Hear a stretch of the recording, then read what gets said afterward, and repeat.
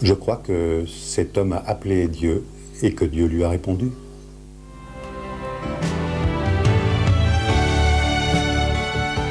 De nombreux témoignages montrent que beaucoup de personnes qui étaient autrefois dépressives, parfois même au bord du suicide, ont connu la délivrance de la dépression lorsque leur cœur a été rempli par la présence de Jésus-Christ.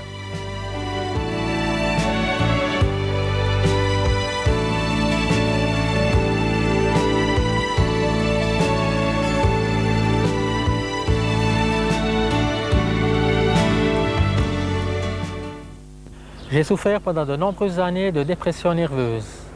Je n'avais aucun but, aucun sens à ma vie et ces dépressions m'ont conduite à faire 2 tentatives de suicide. La première à l'aide de ma voiture. J'avais relié du pot d'échappement dans l'habitacle un tuyau. Le tuyau s'est débranché. Je me suis réveillé le matin en vomissant, mais sans comprendre pourquoi, ce qui s'était passé. 1 année et demie plus tard, j'ai pris une méthode plus radicale, une arme à feu. J'ai dirigé l'arme contre moi et j'ai tiré. Le coup n'est pas parti. Et j'ai répété l'opération plusieurs fois. Le coup n'est toujours pas parti. Pendant cette période, de nombreux chrétiens priaient pour moi, dont ma mère et ma sœur. Par la suite, j'ai fait un bref séjour à Préfargé. Là, Dieu s'est révélé à moi. Je connaissais l'Évangile, mais je ne connaissais pas Jésus-Christ personnellement. J'ai redécouvert l'Évangile, j'ai redécouvert l'authenticité de la parole de Dieu et l'amour personnel qu'a Jésus-Christ pour nous, pour chacun de nous et pour moi. À partir de là, ma vie a été transformée. Dieu m'a délivré progressivement de mes angoisses, de mes dépressions, et sa grâce m'accompagne tous les jours.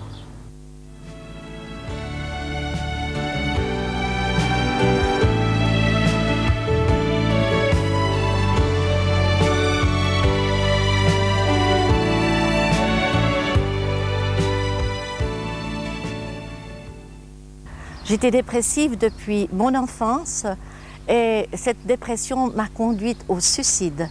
Et au moment où j'allais le faire, j'ai préparé mon revolver, j'ai écrit une lettre à mes parents, j'ai vraiment tout préparé pour que tout se fasse assez rapidement et j'attendais que la nuit tombe.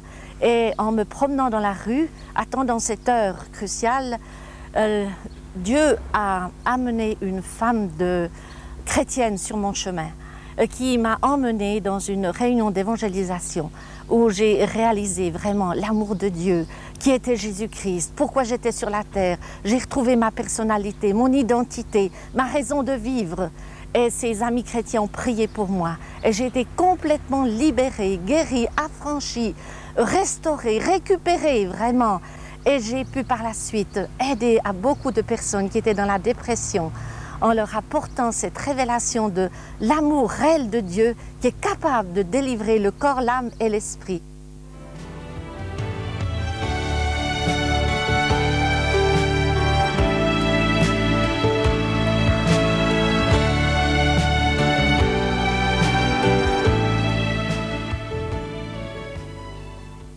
Mes parents sont divorcés, ça a causé beaucoup de problèmes au niveau familial, surtout que ma mère déjà souffrait de dépression et que mon frère s'est pendu. Moi aussi, j'ai souvent pensé au suicide. Et un beau jour, eh bien, j'ai avalé des produits toxiques pour en finir. Et j'étais vraiment content de trouver cette solution et d'être mort déjà, car dans ma tête, j'étais déjà mort. Mais malheureusement, mon père m'a découvert et j'ai fini aux urgences avec un lavage d'estomac. Les médecins ont dit que c'était un vrai miracle que je sois encore là. Et de fil en aiguille, j'en suis venu à penser à quelqu'un d'autre qui faisait des miracles, Jésus. D'ailleurs, le seul ami que j'avais a commencé à fréquenter un groupe de chrétiens et peu de temps après m'a invité à venir à une de leurs réunions. Et c'est là que j'ai pu vraiment trouver une solution, j'ai pu vraiment rencontrer Jésus. Et ce n'est pas venu d'un coup, mais au bout de quelques semaines, je sentais déjà des changements et après quelques mois, eh bien, j'ai pu être délivré totalement de la dépression. Et d'ailleurs maintenant, quand je dis à quelqu'un que j'étais dépressif, eh bien, ils ont de la peine à me croire. En tant que médecin chrétien, je crois que nous devrions développer une psychothérapie chrétienne. Il y a beaucoup d'écoles de psychothérapie dans le monde qui ont des choses à nous apprendre. Je crois qu'il y a environ 260 écoles de psychothérapie aux États-Unis. Mais personnellement, je pense que la Bible a des réponses assez extraordinaires à donner aux gens dépressifs. Les psychiatres disent que la racine de la dépression, c'est le narcissisme, c'est-à-dire l'homme qui tourne autour de lui-même. C'est un narcissisme pathologique, l'homme qui est centré sur lui-même, alors que la Bible nous donne un message libérateur d'être centré sur Dieu et sur la personne de Jésus-Christ. Et je crois qu'en tant que chrétiens, nous pouvons apporter des choses intéressantes pour aider les gens, pour qu'ils retrouvent le soulagement de leur culpabilité, qu'ils trouvent la dignité, qu'ils retrouvent une responsabilité nouvelle, qu'ils retrouvent aussi une communion, parce qu'ils sont souvent... L'homme souffre de solitude, je l'ai dit tout à l'heure, et souvent lorsque quelqu'un de dépressif peut se joindre à un groupe de chrétiens et qu'il se sent aimé aussi des autres, sa vie commence à se transformer. Et j'ai pu voir aussi des gens dont la vie a été transformée lorsqu'ils sont venus à la foi en Jésus-Christ. Je crois que ces personnes auraient besoin d'être accompagnées, accueillies. Souvent à la base de la dépression, il y a le rejet et elles ont besoin d'être accueillies par une personne ou par un groupe qui va leur manifester de l'amour, qui va les écouter. Voilà encore une notion très importante, l'écoute. Parce que souvent, il faut beaucoup de temps jusqu'à ce qu'une personne s'ouvre sur ses véritables problèmes.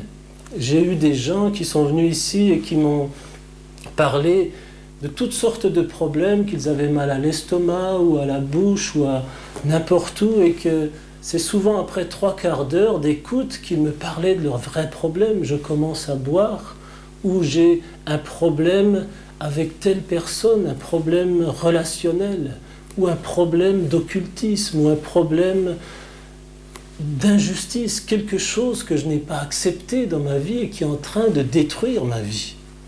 Donc il est très important d'écouter ces gens jusqu'à ce qu'ils parlent de leurs vrais problèmes et qu'ils puissent apporter ces vrais problèmes non seulement aux médecins, mais les apporter à Dieu. Je crois que c'est Luther qui disait que pour bien prier, il fallait d'abord ne pas être menteur. C'est-à-dire qu'il faut pouvoir dire ses véritables problèmes.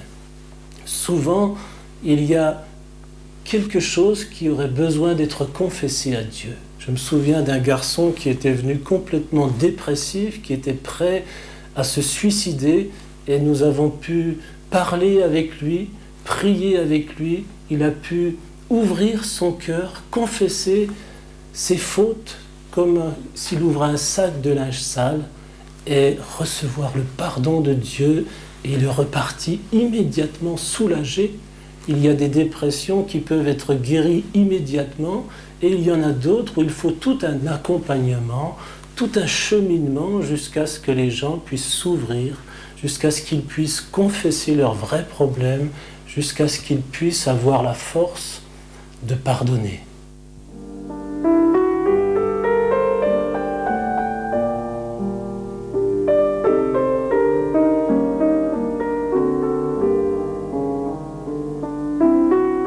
On parle aujourd'hui beaucoup de dépression et je suis frappé quand j'ouvre la parole de Dieu, quand j'ouvre ce vieux livre qu'est la Bible, que déjà dans ces pages, la dépression est présente. Et que non seulement la dépression est présente, mais la dépression est présente dans la vie de gens chez lesquels peut-être on ne penserait pas.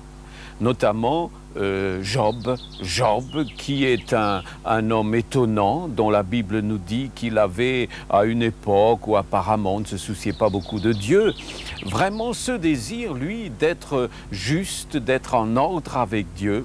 Et pourtant, il lui arrive toute une série de difficultés dans la vie qui, en s'accumulant, l'amènent